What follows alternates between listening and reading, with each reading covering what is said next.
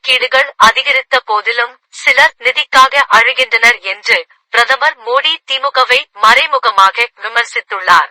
எந்த காலத்திலும் ஒரே நாடு ஒரே தேர்தல் நடக்காது என்று அமைச்சர் துரைமுருகன் கூறியுள்ளார்.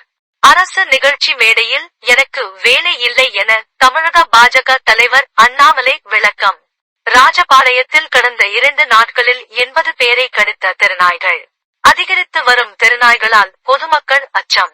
அதிமுக பல ஆளுமைகள் தலைமை தாங்கிய கட்சி. எப்படியிருந்த கட்சி தற்போது டெல்லிக்கு சென்று கூட்டணி அமைக்கும் பரிதாப நிலைக்கு வந்துள்ளது வேதனையானது என கார்த்தி சிதம்பரம் கூறியுள்ளார். பாம்பன் பாலத்தில் புதிய தூக்கு பாலம் திறப்பு விழாவுக்கு சென்றவர்கள் செல்ஃபி எடுக்க குவிந்ததால் பாம்பன் பாலத்தில் 1 மணி நேரம் போக்குவரத்து நெரிசல் ஏற்பட்டது. சென்னையில் இன்று மோடி வருகையை எதிர்த்து இந்தியா கூட்டணி கருப்பு கொடி ஆர்ப்பாட்டம்.